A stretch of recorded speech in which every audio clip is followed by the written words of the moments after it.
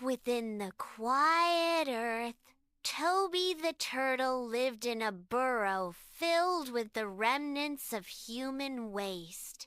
He stared intently at a pile of greasy cardboard boxes stacked in the corner, seeing not trash, but potential. The air smelled of old yeast and dust.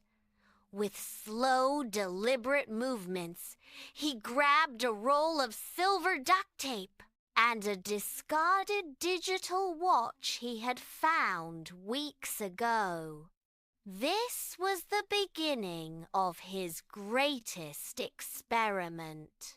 He taped the first 3 boxes into a sturdy frame, his small claws working the adhesive with surprising grace. To secure the watch at the very center, he used a glob of hardened mozzarella cheese, a sticky relic. It was a crude anchor for a sophisticated dream. Toby stepped back, his shell bumping against the dirt wall, as he realized the most important component was still missing. He needed a heart for his machine. He needed a power source. Toby crawled outside into the cool evening air, his eyes scanning the nearby trash bin. There, glinting like a copper snake, was a discarded wire. He dragged it back into the darkness of his home. Back inside, he threaded the wire through the cardboard walls, weaving it like a metallic vine, until it finally touched the watch battery.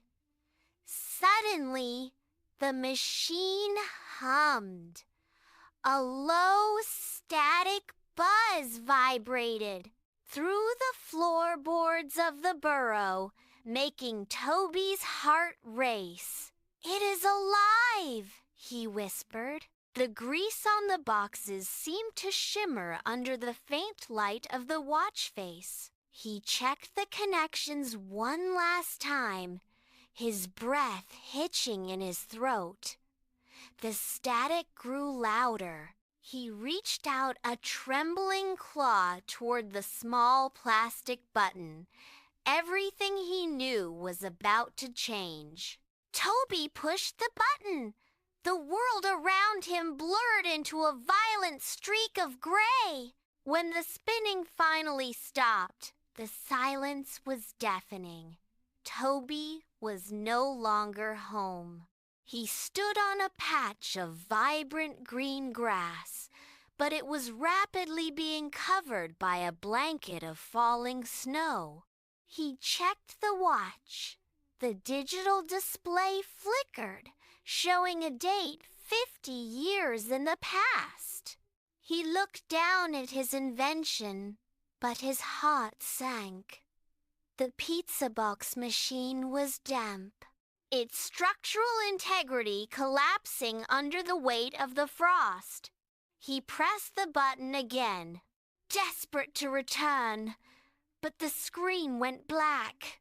A sharp snap echoed through the clearing. "No, no, no," he muttered, panic rising. He searched his shell, finding a stray slice of pepperoni.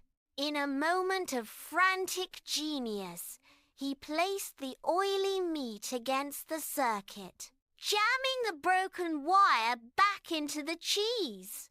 The grease acted as a conductor. The machine sparked wildly, a brilliant flash of blue light engulfing the snowy field. And the terrified turtle. Toby blinked, the blue light fading from his eyes. He was back in his room, surrounded by the comforting smell of stale crust. He pushed the soggy boxes aside and climbed into his warm bed. On the wall, a normal clock ticked forward, 1 second at a time.